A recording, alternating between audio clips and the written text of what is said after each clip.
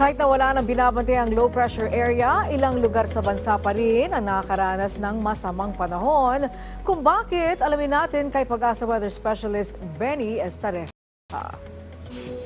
Magandang araw. Para sa lagay ng panahon, meron tayong shear line na nagpapaulan pa rin sa malaking bahagi ng bansa. Ito yung linya kung saan nagbabanggaan ng mainit na hangin galing Pacific Ocean at ang malamig na northeast monsoon or amihan.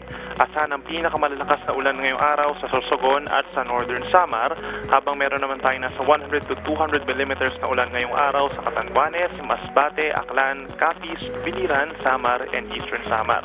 Ilang bahagi pa po ang magkakaroon din ng minsan malalakas na ulan, kabilang ng Camarines Norte, Camarines Sur, Southern Quezon, Marinduque, Oriental Mindoro, Romblon, natitirang bahagi ng Visayas, at mga probinsya rin ng Camiguin, Misamis Oriental, Agusan del Norte, Surigao del Norte, at Dinagat Islands. Mag-ingat po ang ating mga kababayan sa posibleng mga pagbaha, pagkapaw ng mga ilog at pagguho ng lupa. At mag-antabay po sa mga rainfall advisories and heavy rainfall warnings po ng Pag-asa. By tomorrow, asahan pa rin ang mga pag-ulan sa malaking bahagi ng Bicol Region, Mimaropa, Southern Quezon, Aklan, Capiz, Antique, and Northern Samar, habang meron pa rin minsan malalakas na ulan sa Thursday over Aurora, Quezon, and Camarines Norte. Ito po ay dahil sa shear line.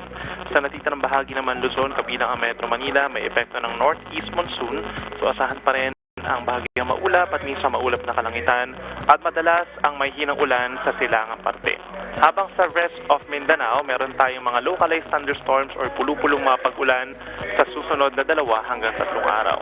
Wala naman tayong minomonitor sa ngayon na bagyo or low pressure area sa loob at labas ng Philippine Area of Responsibility, habang may matataas naman na alon sa baybayin po ng Northern Luzon at silangang baybayin ng Central Luzon, Southern Luzon at Visayas. Narito naman po ang lagay ng ating mga dams.